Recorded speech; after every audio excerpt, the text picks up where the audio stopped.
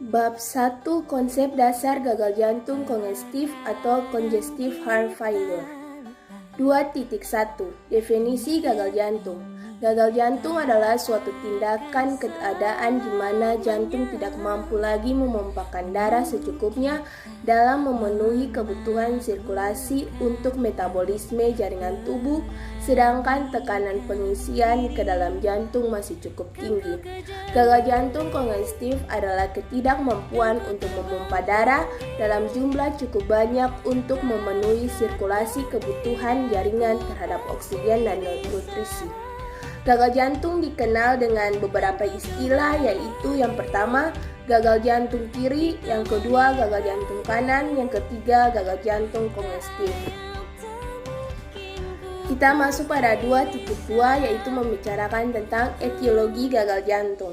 Gagal jantung kongestif disebabkan oleh yang pertama kelainan otot jantung, yang kedua aterosklerosis koroner, yang ketiga hipertensi sistematik dan pulmoral, yang keempat peradangan dan penyakit miokardium degeneratif, yang kelima penyakit jantung lain, yang keenam faktor sistematik. Terjadinya gagal jantung dapat disebabkan oleh yang pertama disfungsi miokard atau kegagalan miokardial, yang kedua beban tekanan berlebihan, pembebanan sistolik, yang ketiga beban volume berlebihan, pembebanan diastolik, yang keempat peningkatan kebutuhan metabolik, peningkatan kebutuhan yang berlebihan, yang kelima gangguan pengisian atau hambatan input. Ya, kita akan masuk pada 2.3 berbicara tentang sign dan simptom gagal jantung. Yang pertama gagal jantung kiri. Gagal jantung kiri atau gagal vertikal kiri terjadi karena adanya gangguan pemompaan oleh ventrikel kiri sehingga curah jantung kiri menurun dengan akibat tekanan akhir diastol dalam ventrikel kiri dan volume akhir diastolik dalam ventrikel kiri meningkat.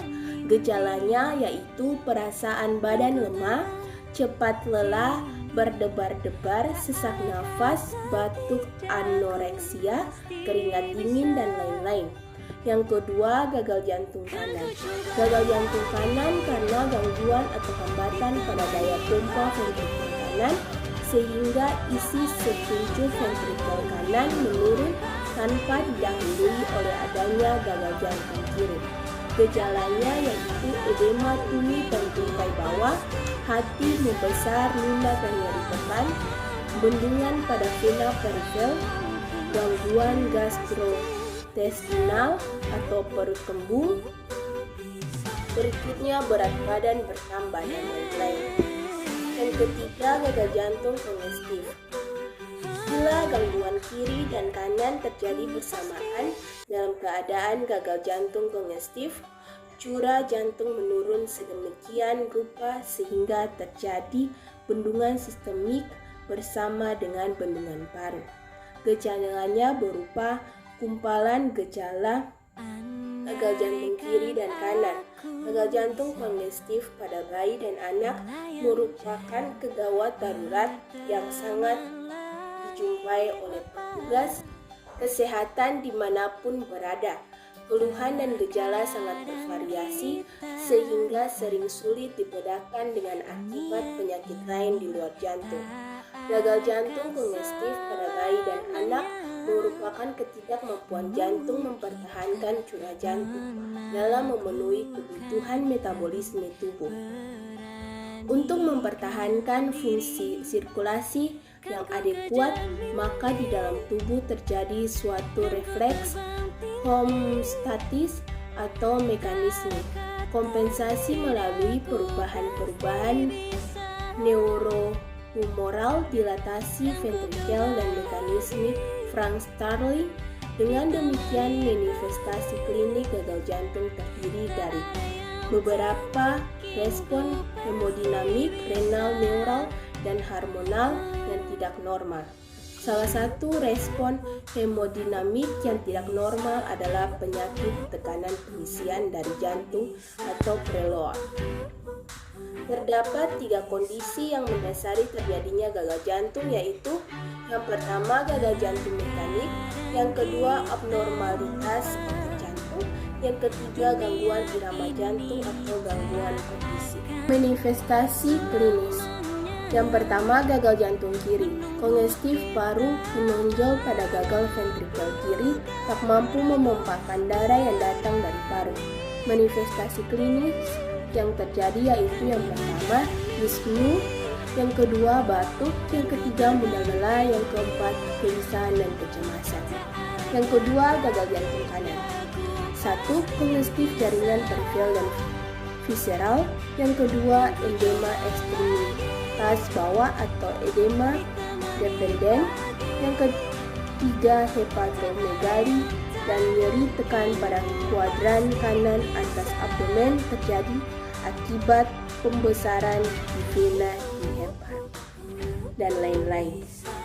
Manifestasi klinis gagal jantung bervariasi tergantung dari umur pasien, beratnya gagal jantung, etiologi penyakit jantung, ruang-ruang jantung yang terlibat, apakah kedua ventrikel mengalami kegagalan, serta derajat gangguan penampilan jantung.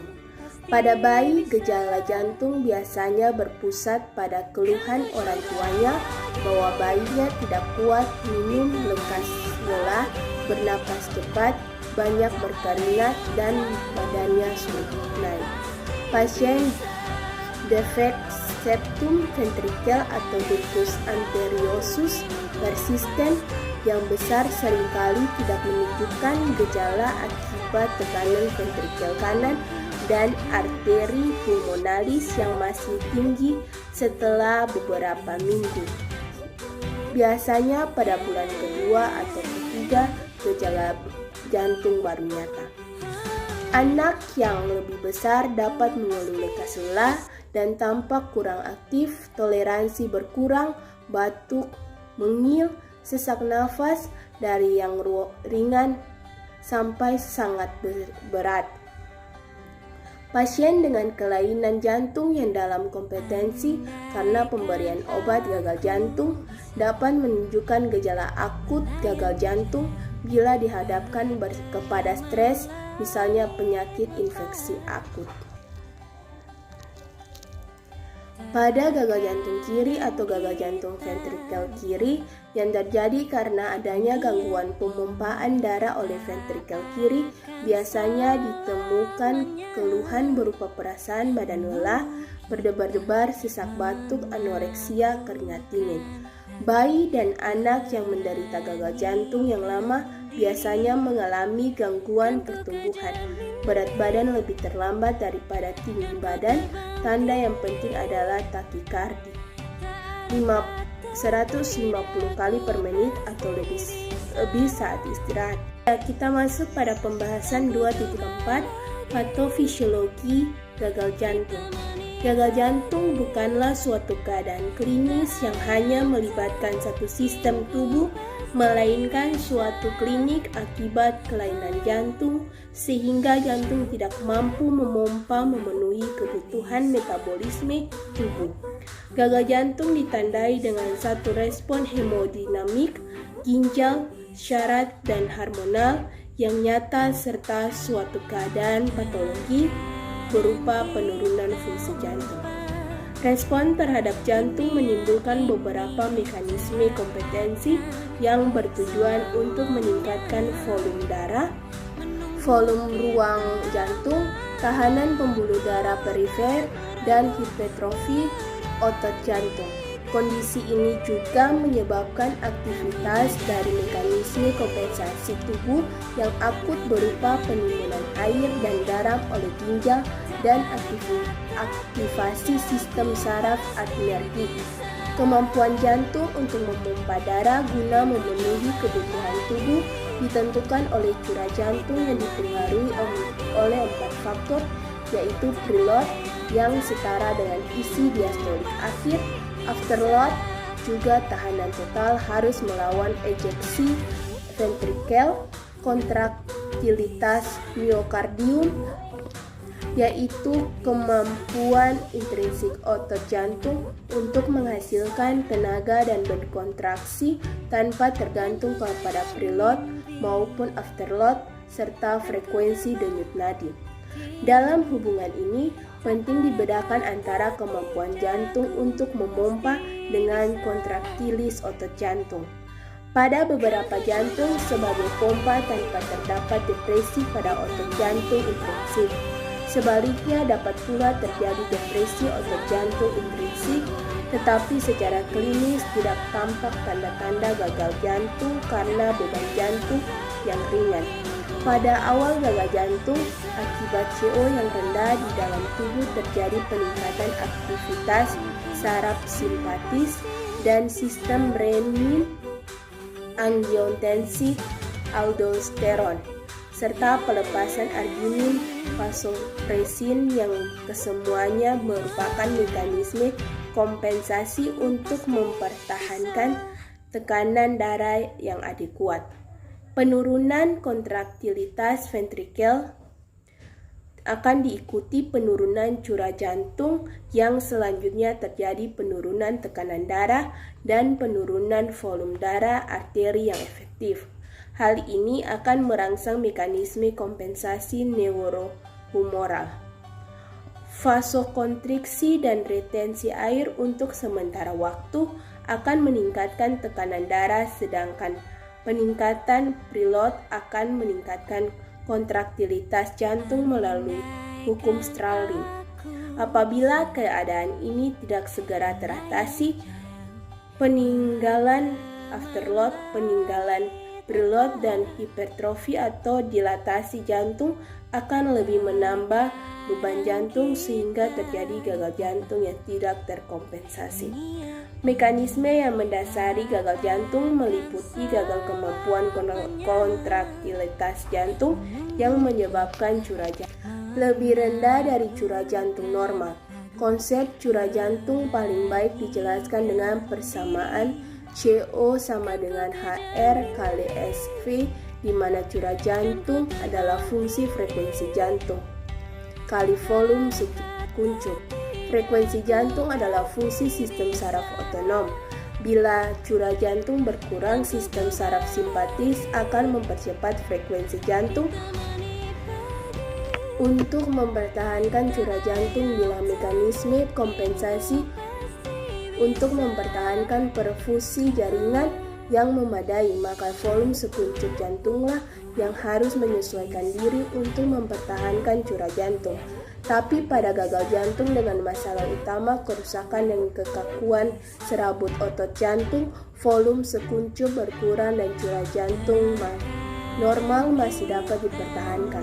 Volume sekuncup jumlah darah yang direspon yang dipompa pada setiap kontraksi tergantung pada 3 faktor, yaitu preload, kontraktilitas, dan afterload. Preload adalah sinonim dengan hukum Starling pada jantung yang mengisi jantung berbanding langsung dengan tekanan yang ditimbulkan oleh panjangnya serabut jantung. Kontraktilitas mengacu pada perubahan kekuatan kontraksi yang terjadi pada tingkat sel dan berhubungan dengan perubahan panjang serabut jantung dan kadar kalsium. Afterload mengacu pada besarnya ventrikel yang harus dihasilkan untuk memompa darah melawan perbedaan tekanan yang ditimbulkan oleh tekanan arterial.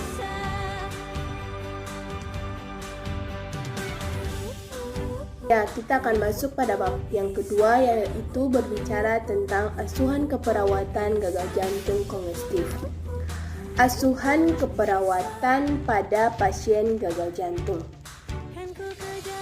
Tuan S berumur 50 tahun dirawat di Rumah Sakit Haulusi Ambon dengan diagnosa medis gagal jantung dan sudah dirawat di rumah sakit selama 1 minggu. Klien belum pernah dirawat di rumah sakit. Dari hasil pengkajian, klien mengatakan nyeri dada sebelah kiri menjalar sampai punggung sejak 3 hari yang lalu. Klien merasa sangat cemas terhadap kondisinya sekarang dan karena penyakitnya yang bertambah parah dan kondisinya semakin lemah. Klein mengatakan ada anggota keluarga yang menderita penyakit keturunan yaitu hipertensi. Kita masuk pada yang pertama yaitu pengkajian. Biodata. A. Identitas Klein. 1. Nama Tuan S, umur 50 tahun, jenis kelamin laki-laki, agama Katolik, suku bangsa Ambon Indonesia, status menikah, pendidikan SMA, pekerjaan buruh, alamat Amausu. B. Identitas penanggung jawab. Nama Nyonya T, umur 46 tahun, jenis kelamin perempuan, agama Katolik, suku bangsa Ambon Indonesia, status menikah, pendidikan SMA, pekerjaan wira swasta, hubungan dengan klien yaitu istri. Yang kedua, keluhan utama. Pasien mengeluh nyeri pada dada sebelah kiri menjalar ke punggung sejak 3 hari yang lalu. Nyeri bertambah apabila dibuat aktivitas dan berkurang bila saat istirahat. P sama dengan nyeri karena sakit, Q sama dengan seperti ditusuk-tusuk, R nyeri dada sebelah kiri tembus sampai punggung, S skala 7, T nyeri bertambah apabila sedang beraktivitas. 3. Riwayat penyakit sekarang. Pasien datang ke rumah sakit pada tanggal 17 September 2021 dengan keluhan dada nyeri sebelah kiri menjalar punggung, pusing, keringat dingin menyebabkan pasien dan keluarga khawatir dengan kondisi pasien saat ini. Pasien sangat cemas dengan kondisinya saat ini yang tak kunjung sembuh, dan sekarang pasien dirawat di Rumah Sakit Haulusi Ambon dengan diagnosa gagal jantung. 4. Riwayat kesehatan masa lalu. Pasien pernah menderita penyakit hipertensi 1 tahun yang lalu dan belum pernah dirawat di rumah sakit. Pasien tidak punya riwayat alergi terhadap obat ataupun makanan dan pasien sudah diimunisasi lengkap.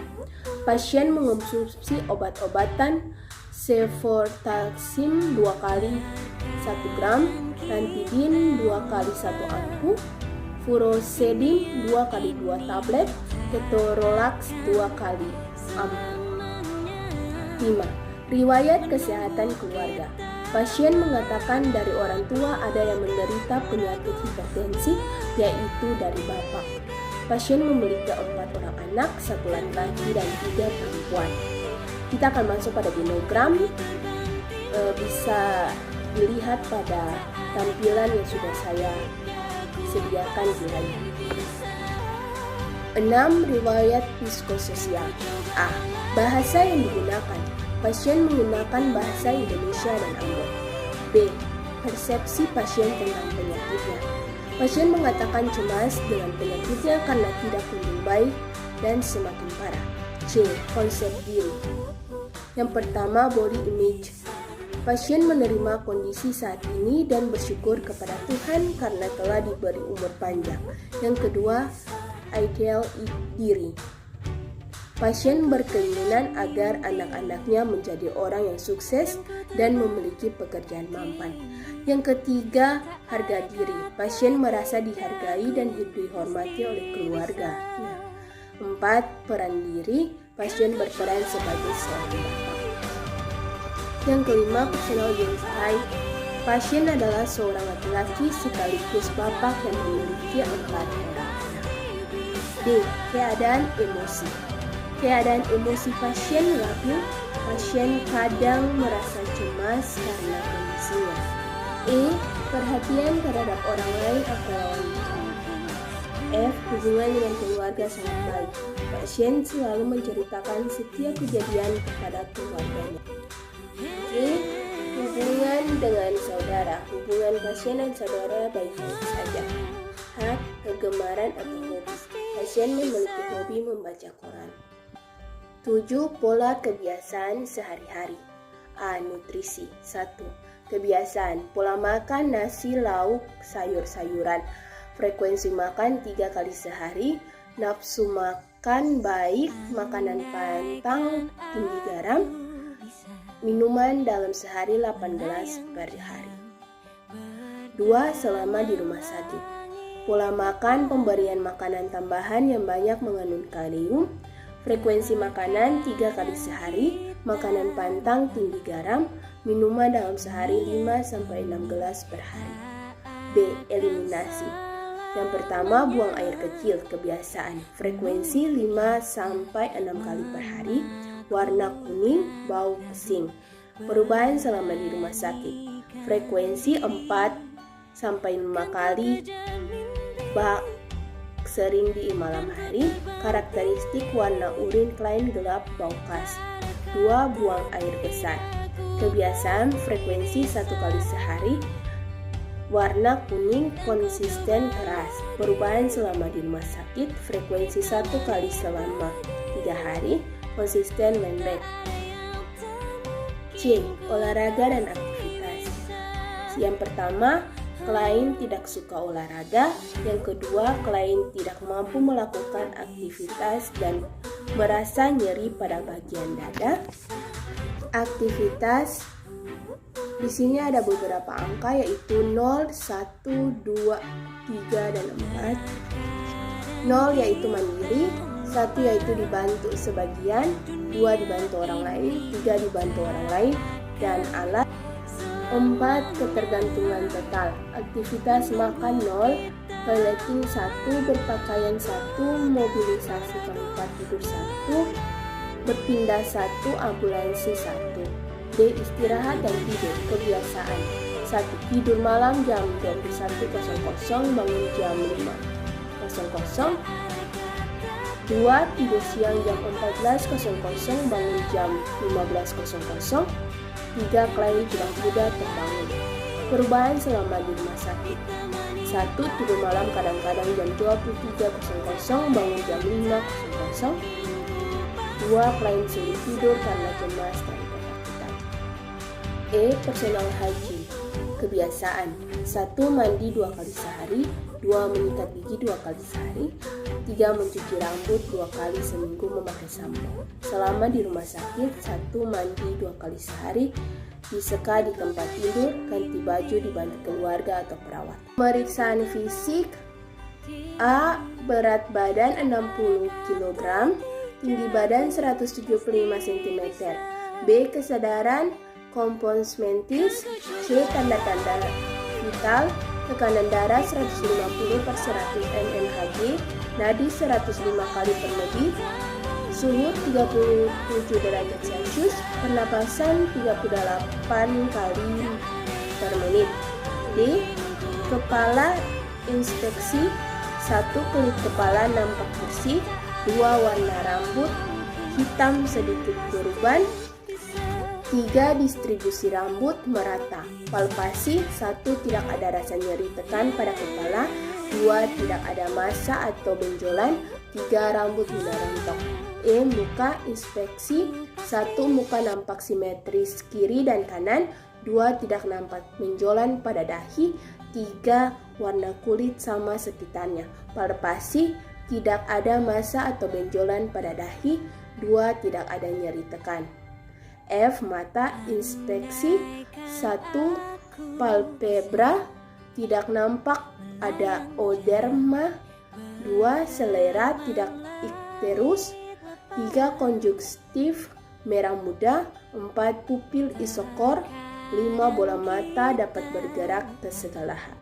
Palpasi. 1. Tidak ada nyeri tekan pada bola mata. 2. Tidak ada peningkatan tekanan intraokuler. G. Hidung inspeksi. 1. Lubang hidung simetris kiri dan kanan. 2. Tidak tampak adanya deviasi pada spektrum. 3. Tidak ada peradangan atau lesi. Dan keempat, mukosa hidung tampak lembab. Palpasi. 1. Tidak ada rasa nyeri tekan pada sinus maxillaris, ethmoidalis, dan frontalis.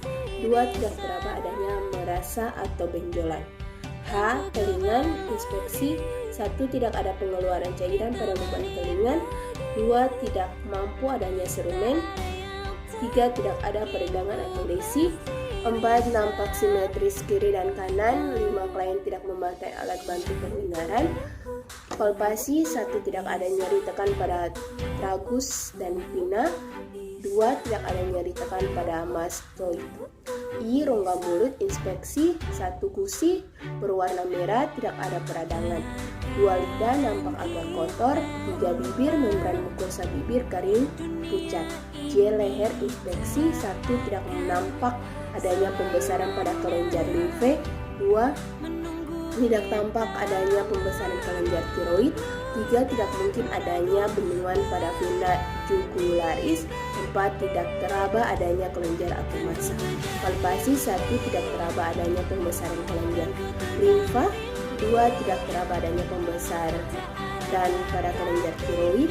3. Tidak teraba adanya bendungan atau vena jugularis. 4. Tidak teraba adanya kelenjar atau massa.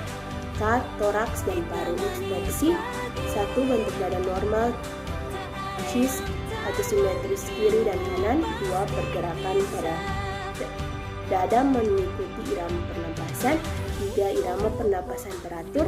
4. Frekuensi pernapasan 22 kali per menit. Palpasi. Tidak teraba adanya massa atau benjolan, adanya nyeri tekan pada dada. Auskultasi. 1. Bunyi pernapasan sonor atau timpani pada lapan kanan dan kiri. 2. Tidak bunyi tambahan. L. Jantung inspeksi. Konjungtiva tak anemis, bibir dan kuku tidak ada. Sianosis. Tidak nampak iktus kardias, tidak nampak dextrokardia. Perkusi. 1. Terjadi pembesaran jantung. 3. Perkusi bunyi Bulnes ada ICS 2-7. Auskultasi. 1. Bunyi galop tidak ditemukan, bunyi jantung berdenyut, bunyi S1 dan S2 melemah.